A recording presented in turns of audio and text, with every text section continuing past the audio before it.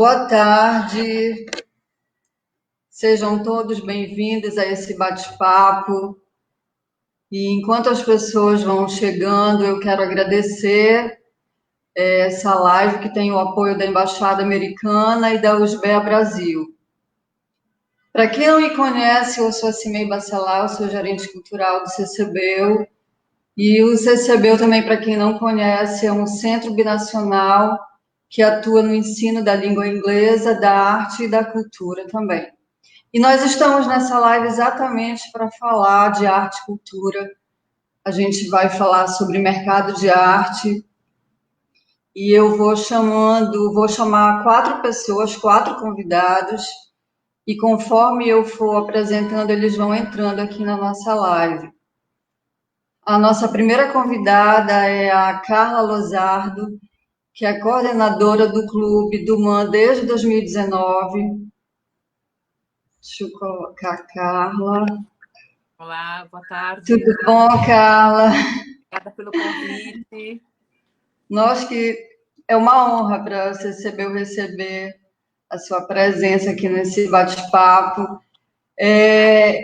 Finalizando a tua apresentação, Carla, tu és pós-graduanda em Economia Criativa e mestranda em MBA em Mercado e Marketing, mas a tua graduação é em Administração de Empresa, né? Isso.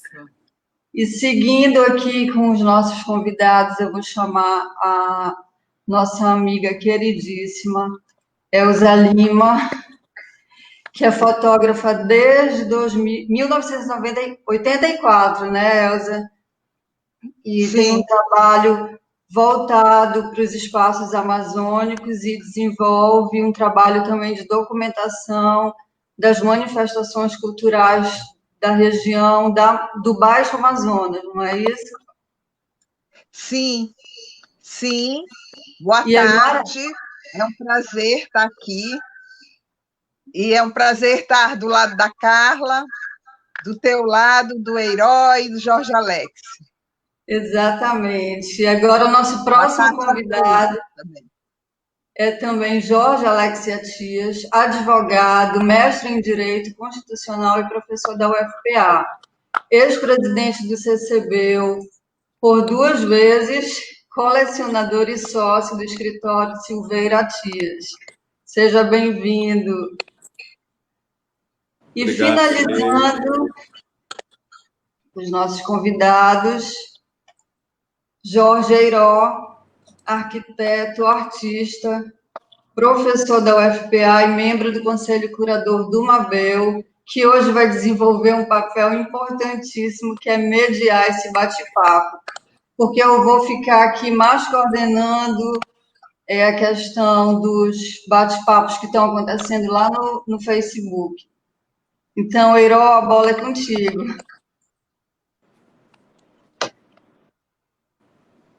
Eiró está sem áudio. Desculpa. Boa tarde, gente. Boa tarde a todos. É um prazer participar dessa sala aqui, com tanta gente ilustre aí, meu amigo Jorge Alex, minha amiga Elza Lima, Carla Lozardo. Muito prazer, então. Cimei, podemos dar início, então, à nossa discussão sobre mercado e colecionismo. Acho que vai ser um grande papo, que tenhamos assim um happy hour nessa conversa aí maravilhosa. Pode começar, Eiró.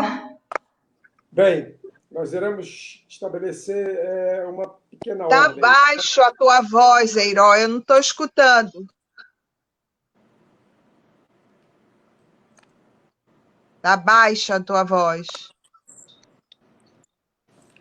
Ficou mudo, Eiró. Alô, alô, alô. Agora. Estamos te ouvindo. Vocês aí, tá ok? Melhorou? Melhorou. Sim. Melhorou, então. Para a Elza, mais ou menos. Para mim, tá bom. A tua voz está ótima, mas a dele, para mim, não chega. Bom. Alô, tá ruim, Elza? Como é que tá? Bora ajustar primeiro esse áudio aí. Nada? Elza? Alô? Melhorou. Melhorou. Melhorou? Ok? Ok? Ok. Melhorou, Elza? Sim. Tá bem? Tá baixinho, mas eu escuto ainda. Eu estou te ouvindo bem aqui, Elza. Tudo ok. Tá?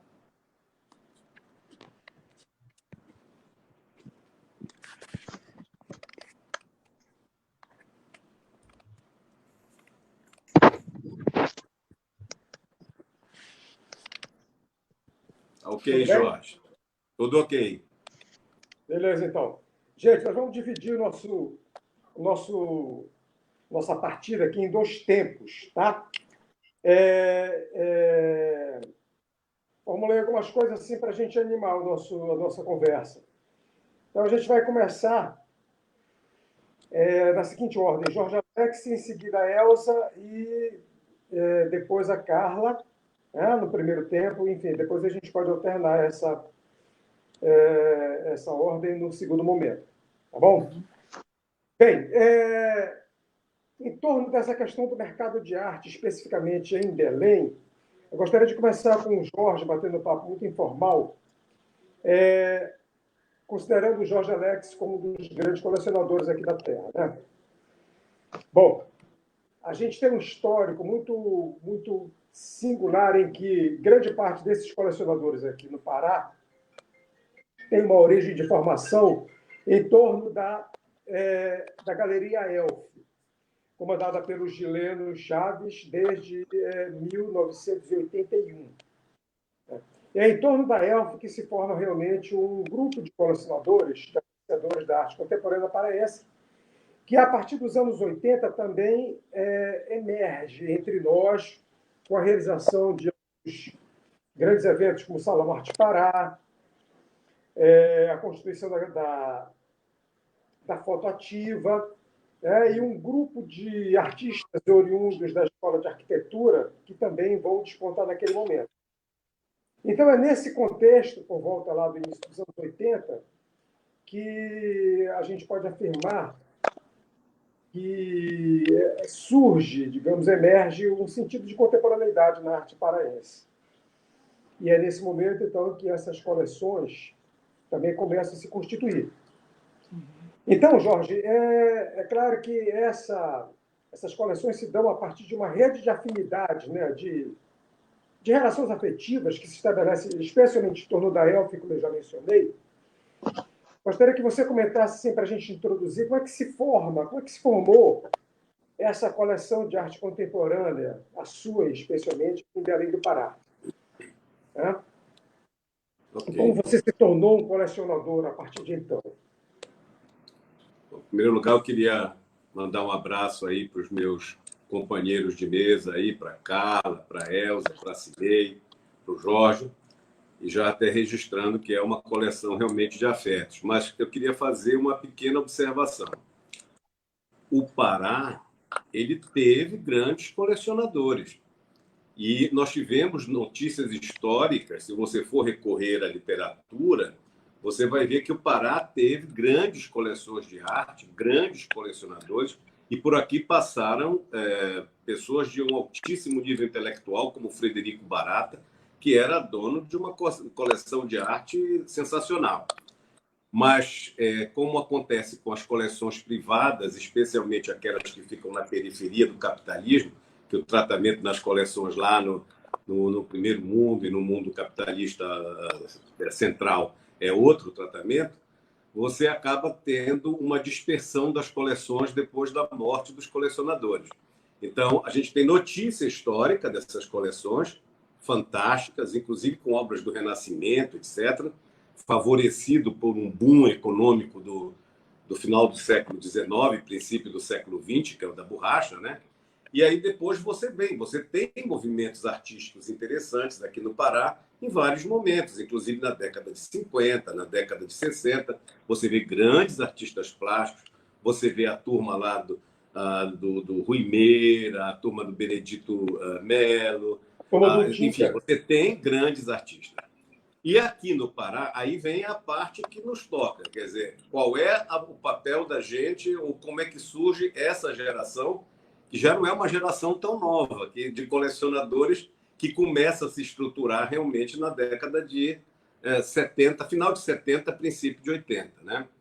Então, você tem no Pará, engraçado que ao mesmo isso guarda uma certa semelhança com o que aconteceu com a geração 80 lá no Rio de Janeiro. Nós estávamos no meio de uma década econômica chamada de década perdida e, ao mesmo tempo, nós tivemos uma explosão de grandes artistas plásticos, inclusive fizeram a famosa exposição Geração 80, Cadê Você?, posteriormente, que era uma geração de artistas maravilhosos. E aqui no Pará também.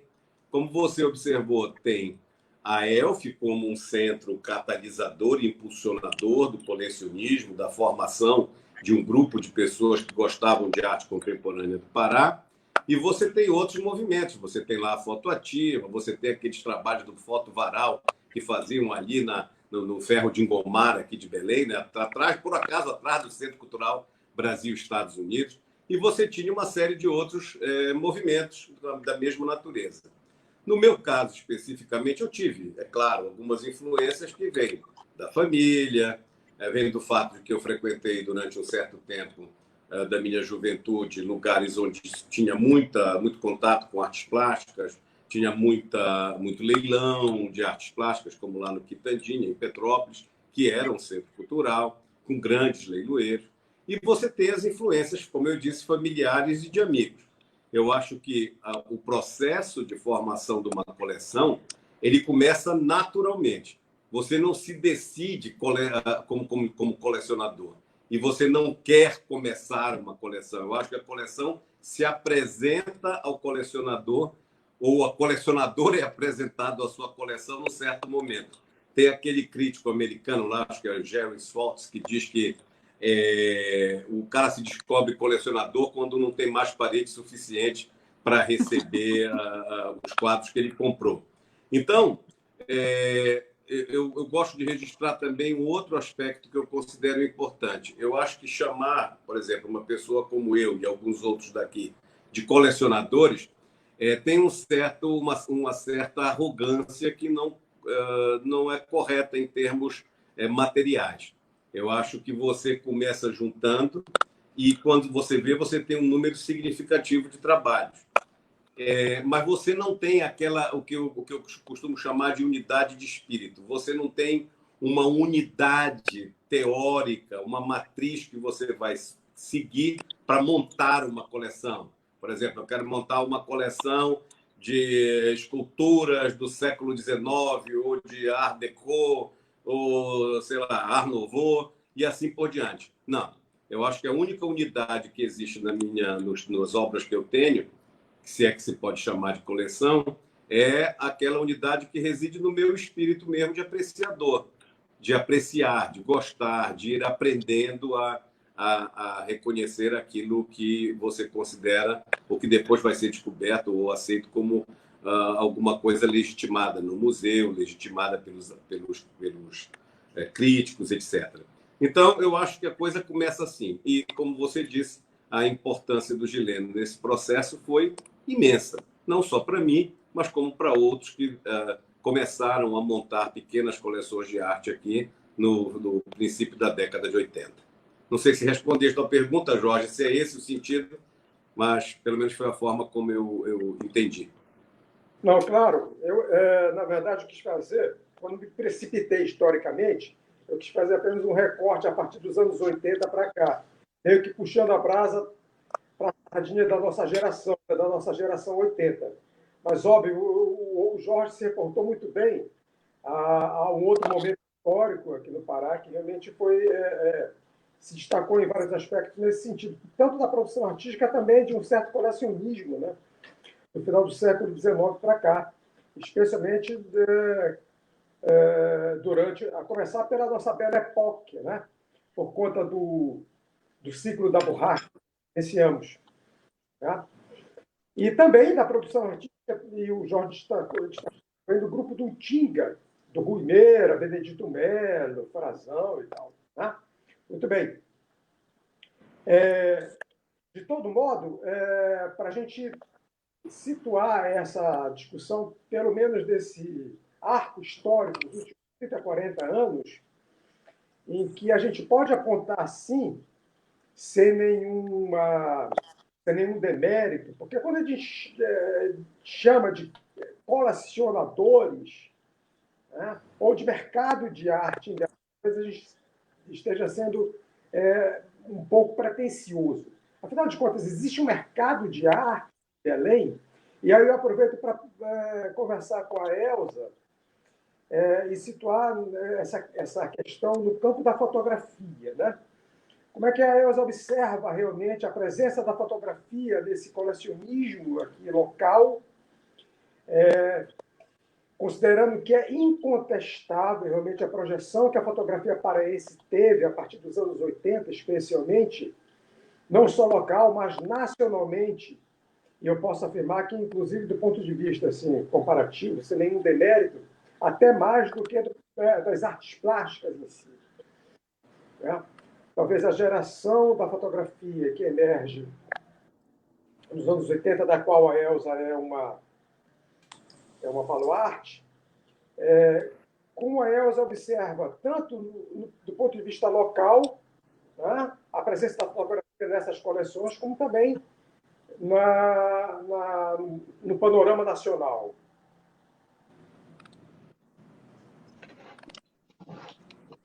Eiró, eu acho o seguinte, eu acho que como o Jorge Alex falou, de anterior aos anos 80, a arte e os colecionadores sempre existiram, eu acho que o mesmo acontece com a fotografia. A fotografia sempre foi uma ponta de lança no Pará. Nós tivemos grandes fotógrafos estrangeiros, o período do fotoclubismo, onde o nosso era muito reconhecido, com grandes fotógrafos, com premiações internacionais. E a partir dos anos 80, antes dos anos 80, tínhamos o Luiz, Leila Jinques, que participavam da ELF, Galeria também, Paulo Santos, Geraldo Ramos. Esse conjunto de fotógrafos já existiam antes dos anos 80. Com o advento da fotoativa, eu acho que criou-se um público para a fotografia, pela extensão que a fotoativa teve, interferindo com eventos na praça, um evento para o público de massas. Então, com isso, foi criando-se uma comunidade de pessoas que admiravam a fotografia, que passaram a ir às exposições fotográficas. Esse grupo que pertencia à fotoativa e que juntou-se ao Luiz, por exemplo, Geraldo, Calife, todos esses fotógrafos anteriores, em qualquer momento, adentraram na fotoativa, participaram de eventos promovidos pela fotoativa. E aí foi se criando um grupo muito unido. Eu acho que os fotógrafos, eu acho que os artistas em geral, paraenses, trabalham muito com união. E nós participávamos muito mesmo antes de eu ser fotógrafa, eu participava do grupo de artistas plásticos. Né? Antes de eu ser fotógrafo, já conhecia Geraldo, Eiró, Ronaldo Morarrego, Sarubi passava as férias na casa do meu sogro, em Salinas. Então, eu convivia com as artes muito anterior a ser fotógrafa. E esse movimento foi ganhando corpo com as semanas de fotografia, que fez essa extensão do Pará para os outros estados, porque cada ano era a semana de fotografia, eram promovidas pela Funarte, E cada ano acontecia em um estado. Aqui em Belém foi em 85. Então, isso eu acho que criou um círculo de fotógrafos que foi muito importante, né? Criou um eixo fotográfico muito forte no Brasil. Eu acho que advém daí a importância da fotografia. Eu acho que a partir daí a fotografia toma um rumo mais consolidado e interage muito com as outras vertentes, né? Nós sempre um está na exposição do outro. O artista plástico está na exposição da fotografia, o fotógrafo na exposição do artista plástico. Então, eu acho que essa força artística em Belém é muito importante e sempre houve. Eu acho que a Amazônia, quando surge, ela surge em 1542, ela já vem com essa conotação visual, ela já traz no bojo essa força visual. Eu acho que daí para frente foi só caminhar.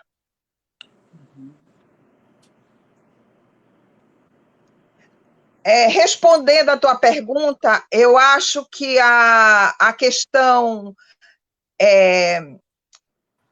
ainda é muito pequena aqui no Pará, de colecionadores.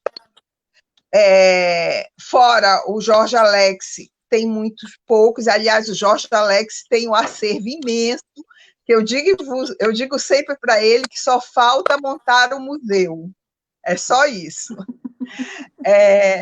E aí, eu acho que nós conseguimos hoje sobreviver muito mais vendendo fora do Pará do que dentro do Pará. Por exemplo, esse ano eu vendi 6 imagens do início do ano para cá, todas para fora do Pará. São Paulo, Rio. O Pará, eu acho que ainda nós temos um mercado, nós temos a Camaracó aqui, que está batalhando, mas eu acho que precisa mais divulgação para que se possa consolidar um mercado mais forte de fotografia aqui. Não sei como está o de arte plástica, eu acho que é mais forte. Eu acho que o fotografia ainda nós estamos iniciando o projeto aqui, o processo aqui em Belém. Vou só fazer um comentário, porque eu acho que há uma assimetria para a dimensão que a fotografia tem. Eu não estou te escutando. Para a dimensão que a fotografia paraense tem em relação ao mercado que ela encontra aqui em Belém. Né? Há uma assimetria, né? De merecidamente. Aí, nesse sentido, eu gostaria de perguntar para a Carla exatamente desse aspecto. Né? Que você nos falasse sobre o Clube de Colecionadores do MAN. Estou escutando o que vocês estão falando. Não sei se vocês estão me escutando. Jorge, estão ouvindo bem? Sim. Tá? Estou ouvindo bem. A partir da fala da Elza, né, que você falasse do Clube de Colecionadores do MAN, que estratégias o clube emprega realmente para difundir essa prática do colecionismo, e mais especialmente em relação a essa presença da fotografia paraense no Clube de Fotografia dos Colecionadores do MAN. Qual é a sua percepção, Carla?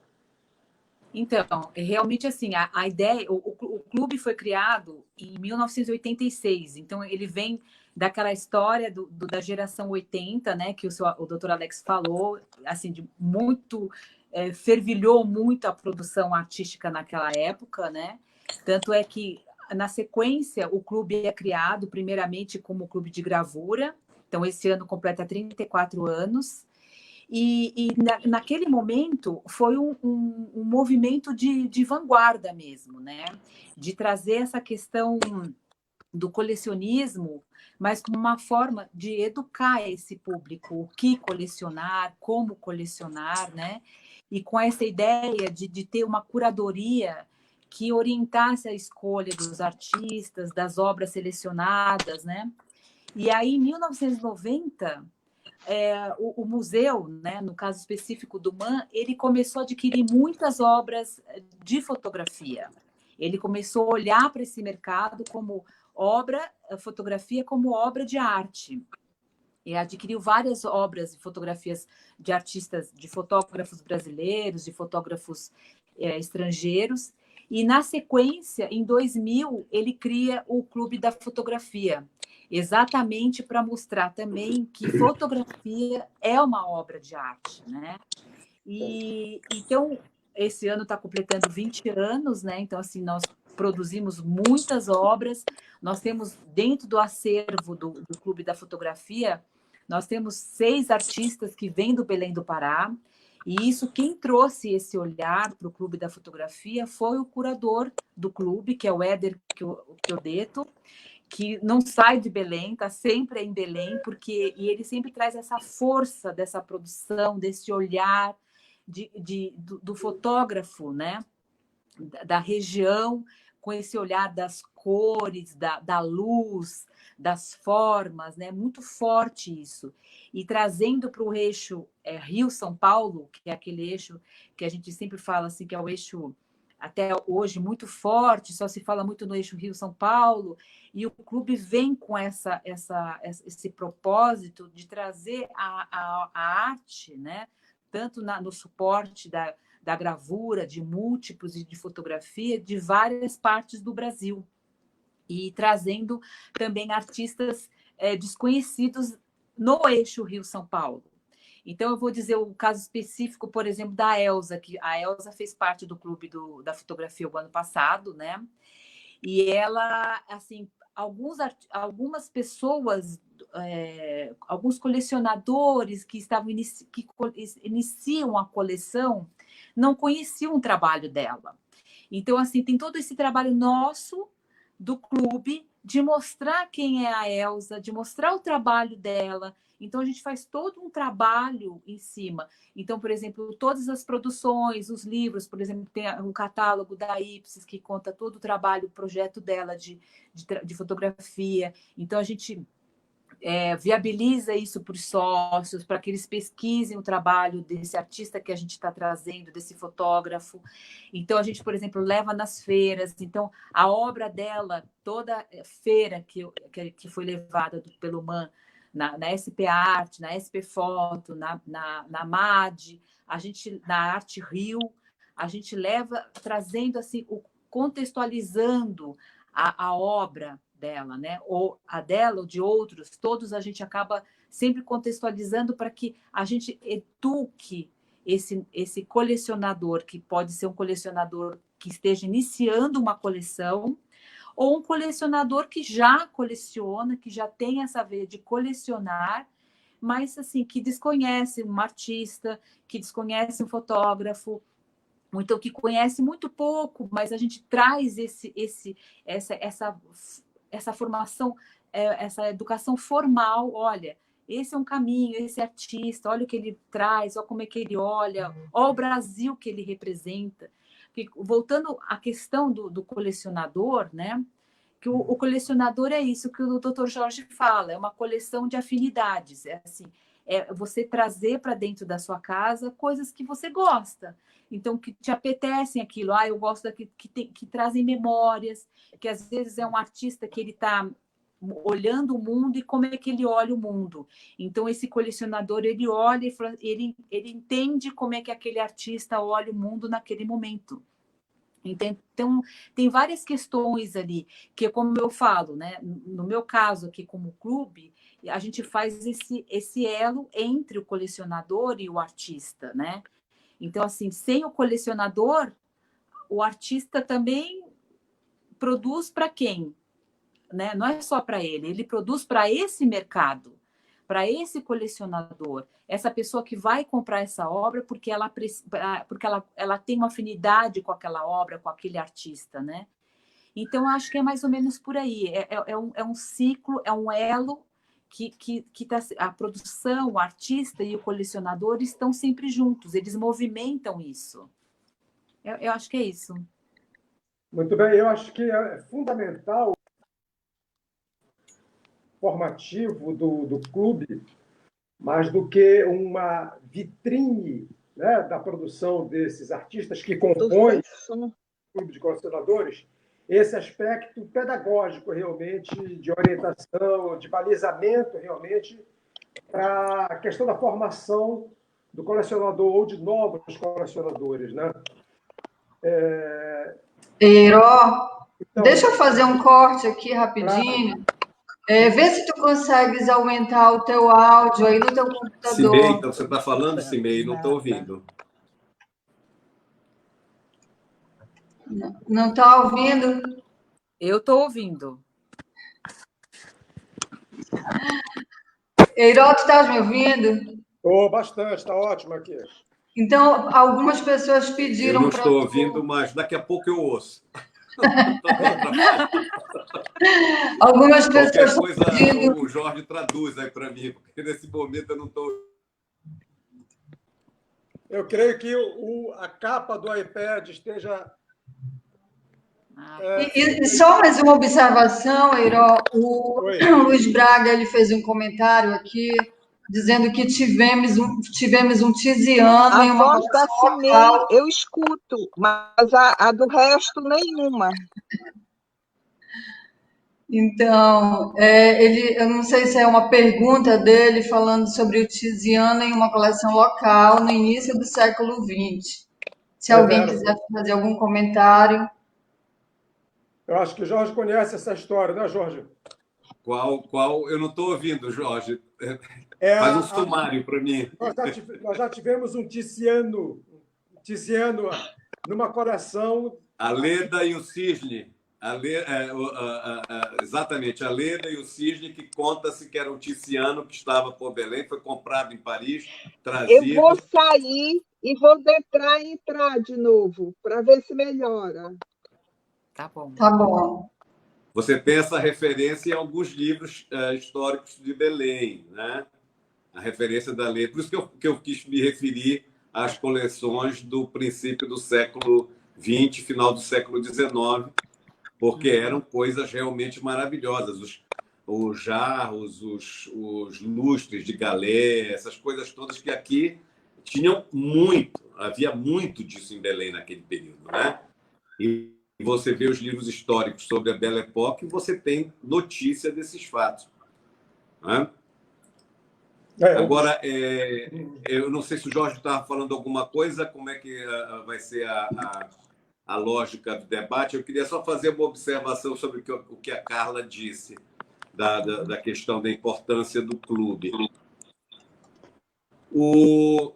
Quando você fala de artes plásticas, você que não está habituado a frequentar galerias, ateliês, etc., você se sente muito intimidado.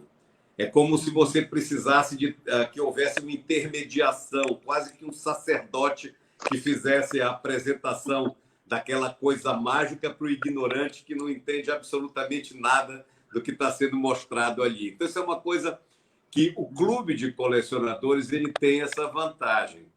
De certa maneira, ele permite que você tenha acesso às obras que já passaram por um processo de curadoria.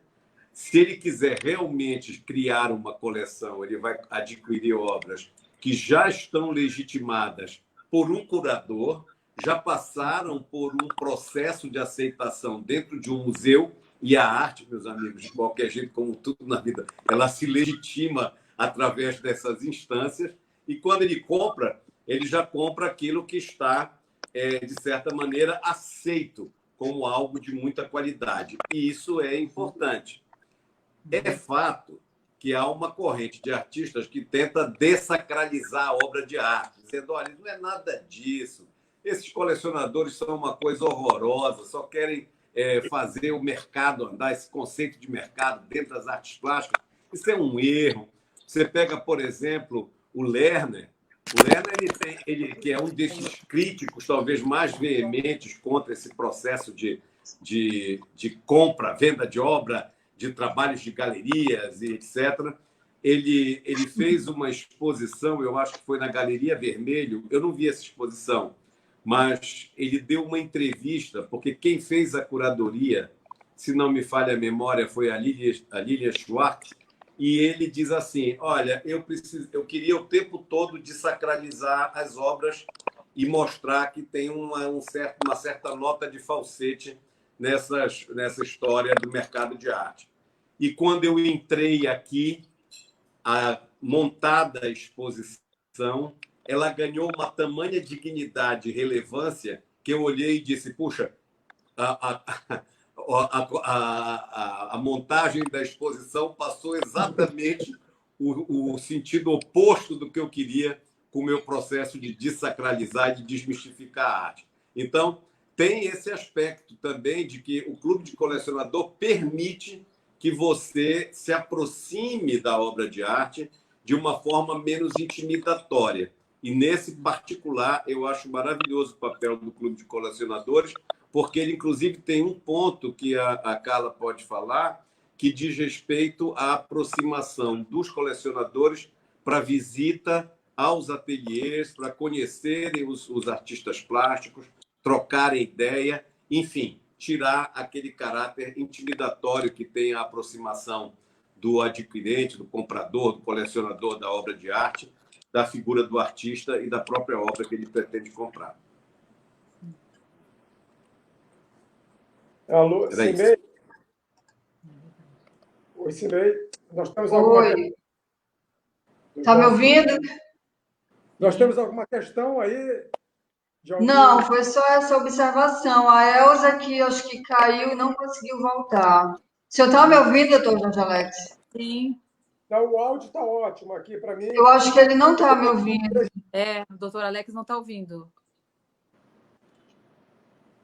Eu estou ouvindo o Jorge, estou ouvindo a Carla, estou ouvindo a Elza. Jorge, fala para ele que ele pode, sem querer, ter me colocado no modo silencioso. Ele tem que ver se ele não me colocou. Jorge, se colocasses a Cimei no silencioso aí. Eu não posso colocar porque eu não sou o organizador. Mas é estranho. Não, ele teria colocado todos. Tá? Mas, Jorge, agora uma brincadeira, uma provocação para te dar continuidade aí. Bom, a gente está falando o tempo todo aqui de mercado, de arte em Belém, colecionismo e tal, enfim. Mas a gente costuma brincar nas nossas rodas, assim, que nós não temos, de fato, um mercado de arte, né? Nós temos uma ação entre amigos, apreciadores e artistas, enfim, né? Que, de certo modo, constitui um pequeno grupo, né? Assim, já de longa data, 30 anos de relações, enfim, né? Que a gente não vê se renovar. Né?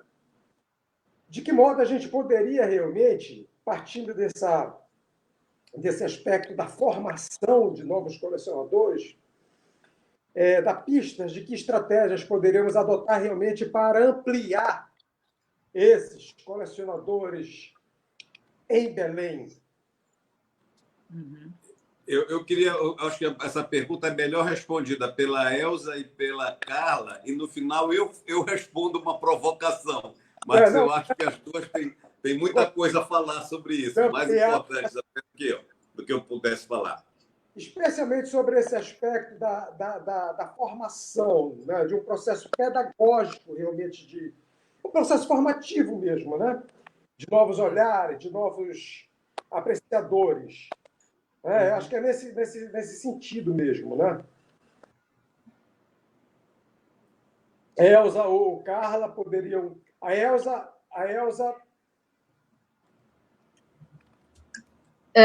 tá sem... O teu áudio não está funcionando. Tu bloqueaste aí o teu microfone. Cimei vai ter que ter outro ensaio, Cimei.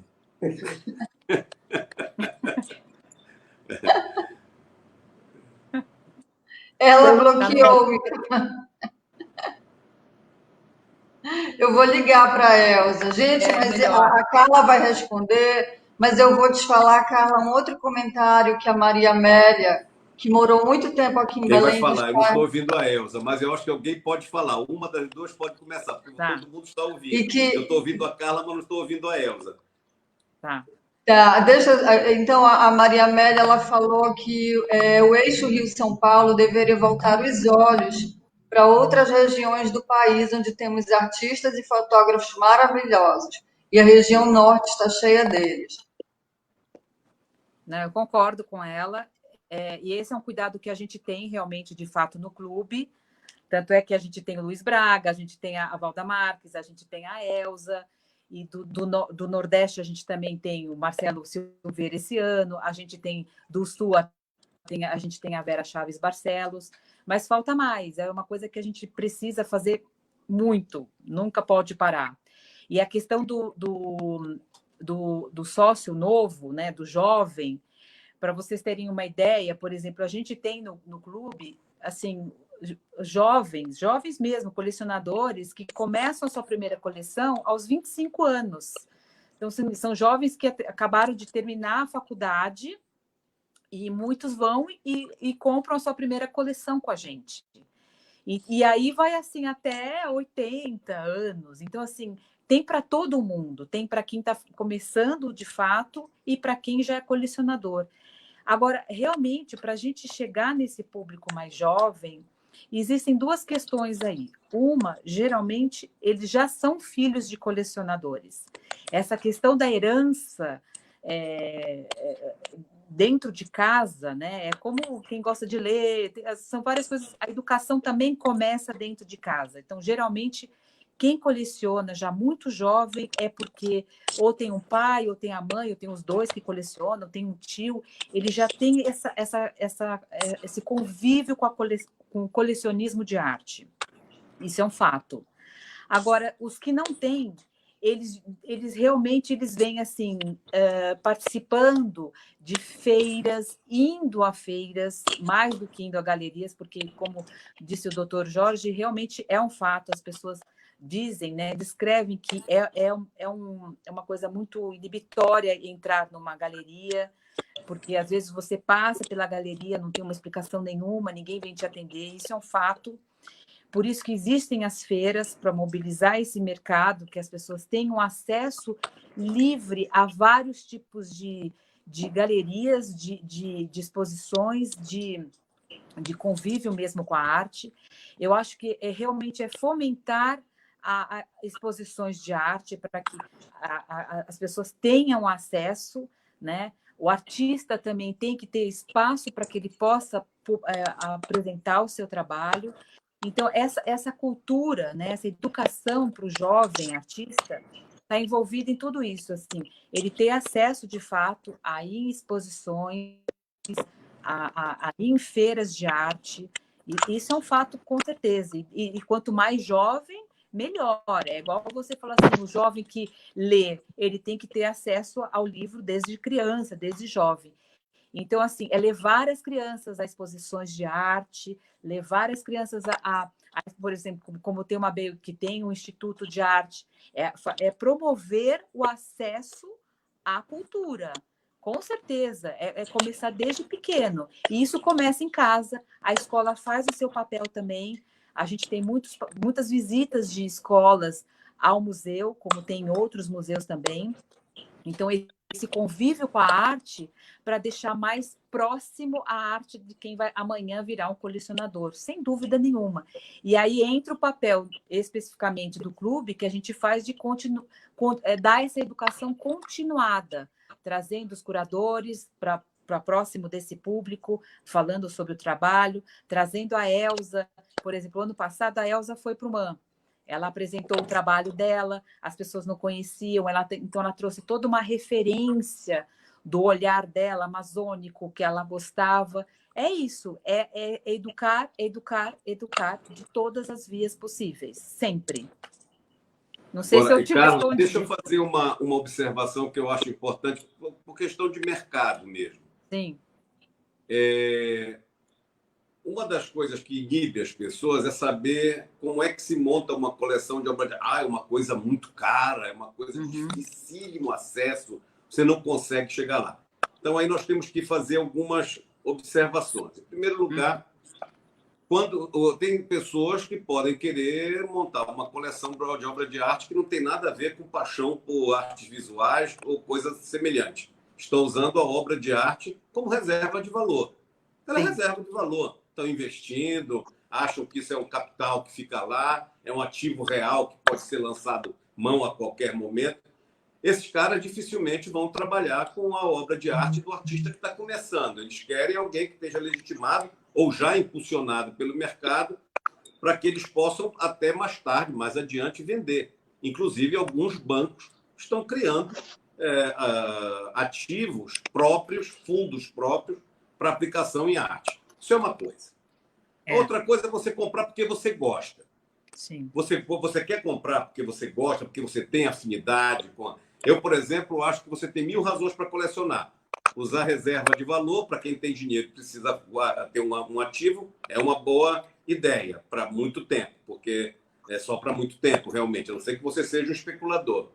Você pode comprar para dar aquele lustre cultural. Às vezes o sujeito está rico e precisa dar uma polida cultural. É uma coisa incrível como esse processo de refinamento que às vezes as pessoas querem passar também atravessa a questão das artes plásticas. Não é uma coisa agradável de dizer, mas ela é verdadeira. E você tem também aquela questão da inveja, né? No meu caso, por exemplo, eu não sei fazer um ó com compasso. Então, eu admiro muito o trabalho da artesania, da visão, da capacidade de perceber coisas que passaram por mim na realidade sem nenhum interesse e que o sujeito vai e capta. Isso me dá uma inveja horrorosa dos artistas. Então, talvez a forma de você capturar um pouco dos artistas, do talento que lhe falta, é colecionando. E, por último, eu acho que tem uma outra coisa. Eu acho que comprar um artista já legitimado, um artista conhecido, muito afamado no mercado, coisa e tal, em primeiro lugar, pode se tornar impossível. Em segundo lugar, não tem mérito nenhum, porque você está comprando aquilo que está completamente legitimado. Eu acho muito legal você comprar aquilo que você está convivendo. Então, eu gosto de dizer, por exemplo, que um número grande de coisas que eu comprei, acabei comprando dos amigos. Na verdade, dos meus amigos, pessoas com quem eu jogava bola. Nós fazemos, inclusive, uma bela... Eu acho que o Brasil perdeu 2 grandes jogadores de futebol, né, o Jorge Herói? Infelizmente, mas acontece, né?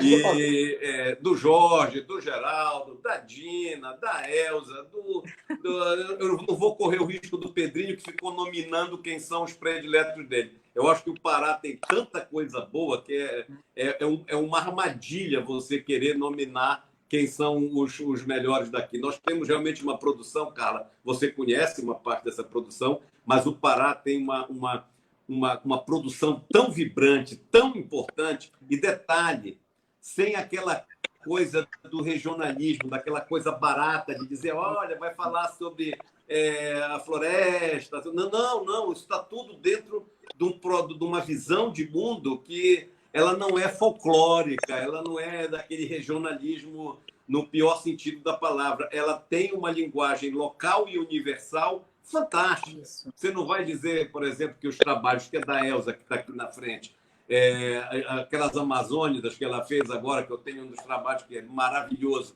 tem coisa mais universal e mais amazônida do que aquilo? Não tem. Então, e você vai vendo isso nos trabalhos de todos que estão aqui no pop do Jorge Herói, nas fotografias do Luiz Braga, que dialogam maravilhosamente com os trabalhos do Emmanuel Nassar, e assim por diante.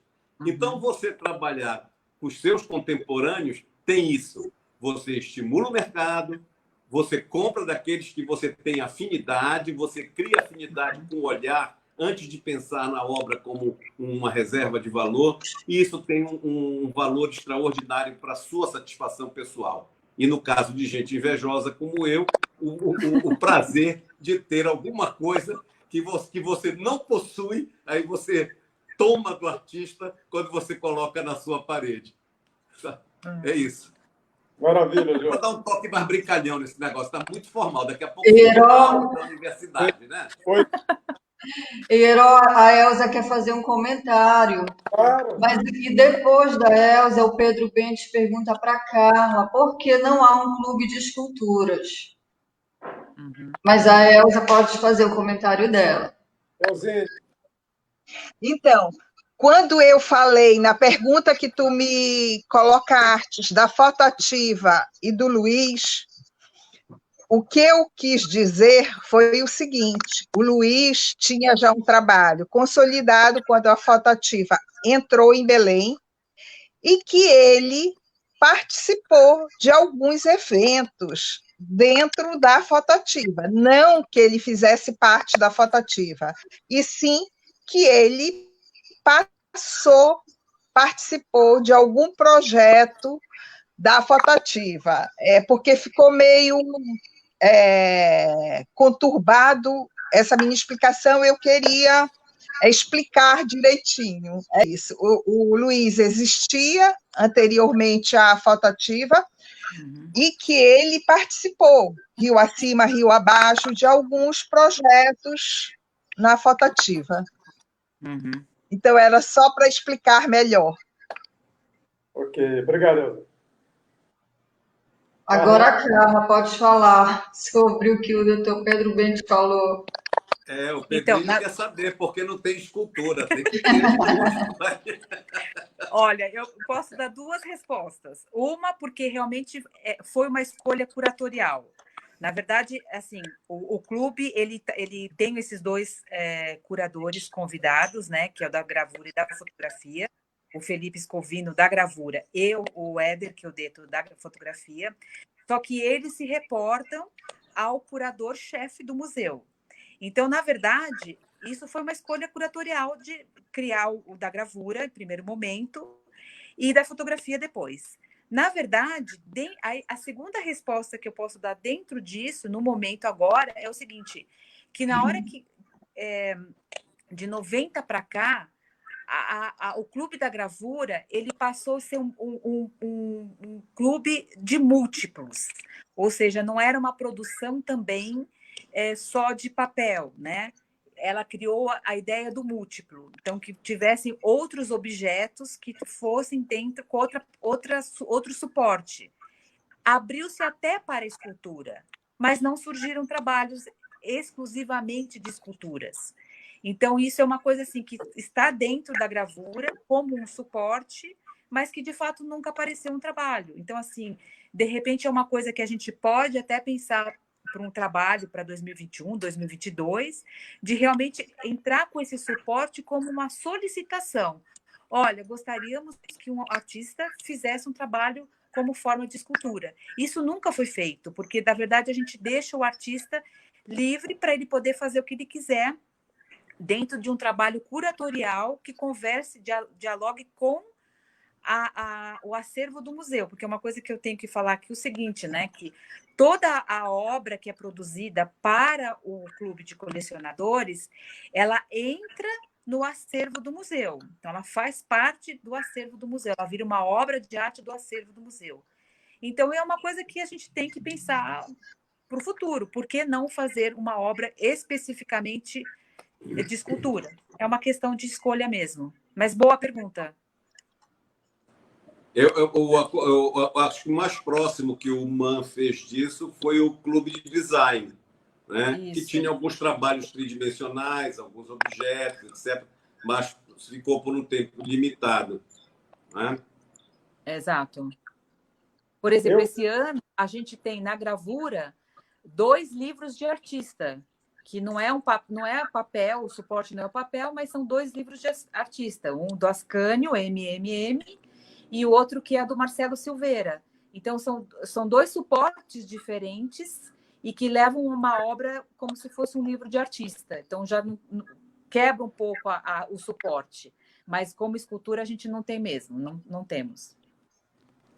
Olha, eu vou ler aqui um comentário da Maria Amélia Fonseca, que ela diz: Jorge Alex põe inveja nisso. Como te invejo por ser um apreciador da arte, ter tantos amigos artistas e poder adquirir muitas obras. É a Amélia que trabalhou aqui, nos recebeu como diretora. Uma pessoa Ele tem maravilhosa. inveja dos artistas e há quem tenha inveja dele. Não precisa.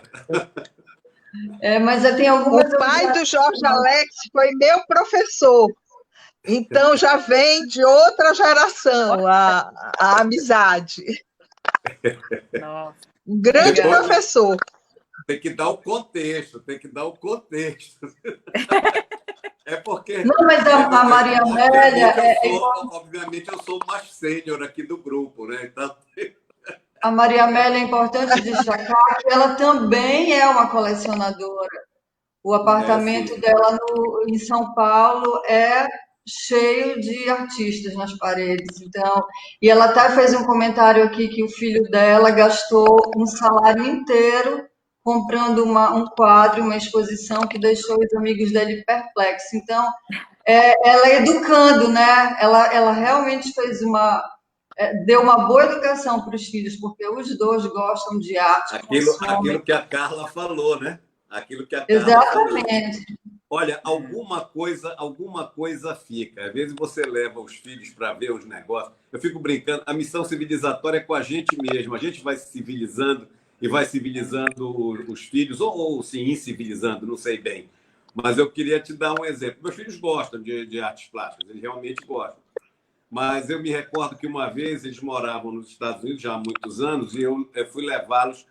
Eu disse que eu ia levar num parque de diversão. Mentira, eu queria ver uma daquelas casas do Frank Lloyd Wright que ficavam em Oakland, fica próximo ali de Chicago, e eu queria conhecer a casa.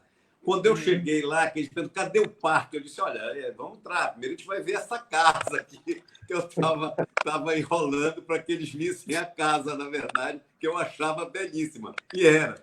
Onde é que eu quero chegar? A gente é enrolado, levado para as coisas e vai se educando de uma maneira natural. Aquilo que a Carla falou, acaba que você, num certo momento, se vê enredado pela arte, pela pessoa do artista, pelas obras, pela alegria de estar conversando. Tem coisa mais maravilhosa do que ouvir os artistas falando do seu processo criativo? Eu não conheço. Não conheço. É um negócio maravilhoso. Ou observar de vez em quando eles trabalhando. Eu fico encantado com um treco desse. Olha. Então, eu acho que isso aí tem um papel muito bacana. Uhum. Né, seu Jorge? Só por uma questão de ordem, quanto tempo nós temos aí na nossa live? Está marcando aqui 57, temos tempo ainda?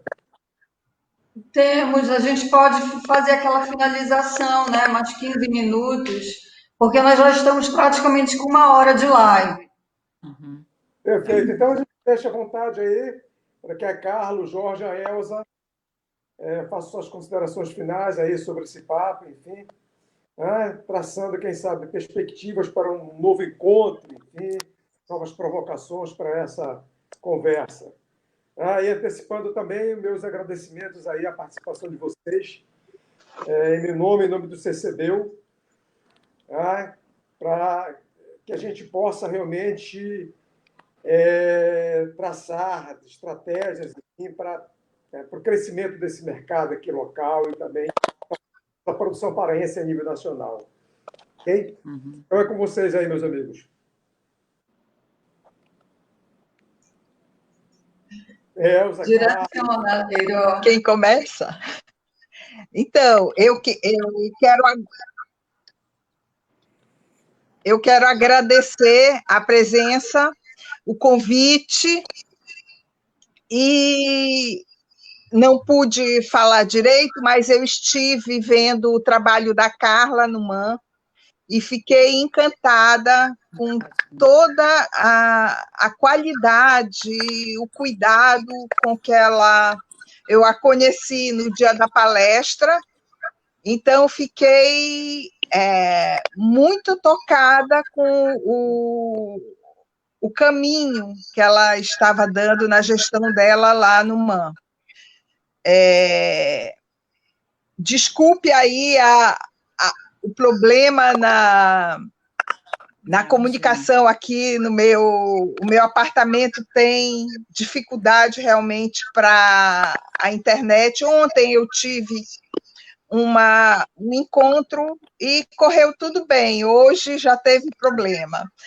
Mas agradecer pela participação de todos e que venham novos programas aí. Parabéns para o CCB. Beijo para todos. Obrigado, querida. Eu também quero agradecer o convite. É uma honra estar aqui com vocês. E, assim, não tem nada melhor do que a gente estar sempre falando de arte com quem gosta de arte, com quem produz arte, com quem ama a arte. Eu estou muito feliz de estar participando desse grupo. Se não fosse a pandemia, a gente não teria conseguido fazer. A gente conseguiu, é um ganho isso. Hoje estou em Belém do Pará. Eu estou muito feliz de estar com vocês aqui, pela oportunidade. Agradeço realmente de fato. Elza, obrigada pelas suas palavras. Eu estou aqui no fundo está a sua obra de 2019, que levei para várias feiras pelo Brasil a sua obra. As pessoas conheceram o seu trabalho. Uma imagem linda. Obrigada pela oportunidade, Cimei, doutor Jorge, obrigada mesmo. Viu? Teremos outros. Eu também queria agradecer a Carla ter comparecido e participado. Eu acho que a gente aprende muito com essa troca de experiências e está sendo conduzida brilhantemente pela Carla lá em São Paulo e fazendo esse processo de inclusão de artistas de todas as regiões. Eu acho que isso é um trabalho maravilhoso, merece aplausos.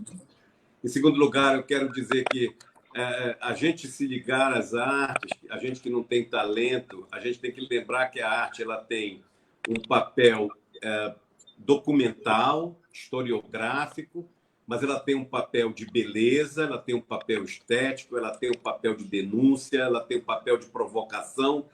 A arte, como dizia lá o nosso querido Goulart, né? Existe porque a vida não basta, né? Então a gente precisa ter, é preciso gostar, é preciso amar, tá? E o caminho do amor às vezes é o caminho do conhecimento. A gente tem que ir conhecendo, aprendendo, e o amor aumenta à medida que o conhecimento aumenta, que você começa a apreciar as dificuldades, o processo criativo, a solução dos problemas de suporte. Tudo isso vai formando um processo educacional maravilhoso e a gente precisa apoiar as artes por conta disso. E agradecer a Cimei, agradecer ao CCB, dizer que o Museu de Arte de Belém, cujo mais importante criador foi o Gileno Chaves, junto com várias pessoas, mas ele foi um grande incentivador e um dos maiores doadores do Museu de Arte do Brasil e Estados Unidos, num trabalho maravilhoso que hoje é comandado aí pelo Iró, comandado pelo Geraldo, comandado pela Cimei, e que continue por muitos anos mais. E eu queria fazer um registro sentimental, queria desejar que nós tenhamos a satisfação de ter de volta o nosso presidente, que no momento se encontra em São Paulo. Ele está enfrentando aí os dramas da Covid-19, mas com todos nós rezando, sabendo que ele em breve voltará para o nosso convívio. E é isso que eu gostaria de deixar como mensagem final. Registrar o apreço, a consideração que nós todos temos pelo Potiguar, na figura de quem homenageia o próprio CCB, que foi o criador dessa live. É isso. Muito obrigado, Jorge. Cimei, é com você. Gente, eu quero agradecer a presença de vocês. Muito obrigada. Agradecer a todas as pessoas que estão aqui participando do início ao fim, como Luiz Braga, Ana Mocars, Ruma, que está lá em Cotijuba, mas está acompanhando, Raul Ventura, Matheus Simões, não vai dar para eu ler todos, mas um grande número de artistas que estão aqui conosco. E agradecer a Carla, que disponibilizou do tempo dela, a Elza, que não teve oportunidade de contar as histórias maravilhosas dela pelo interior do Pará, que são fantásticas, o Eiró, o doutor Jorge Alex, foi muito bom. E as pessoas aqui estão pedindo mais. Então, vamos ver, vamos treinar, alinhar os nossos microfones e câmeras para da próxima vez não ter problema, mas é isso mesmo. E eu li hoje uma frase que eu achei interessante, que é melhor feito do que perfeito. Então, não saiu perfeito, mas a gente fez. E é isso que é importante. Eu quero agradecer muito e espero que em breve a gente possa se encontrar de novo e, como o Dr. Jorge Alex falou, saúde ao Potiguar e melhoras para todas as pessoas que estão doentes, e um abração para a Ieda, que também faz parte do Conselho Curador, que está em São Paulo, e para o Geraldo Teixeira, que está aqui acompanhando essa live. Um beijo para todos, gente. Obrigado, gente. Até mais. Tchau, tchau. Obrigada. Pessoal, beijo. Tchau. Tchau, obrigada.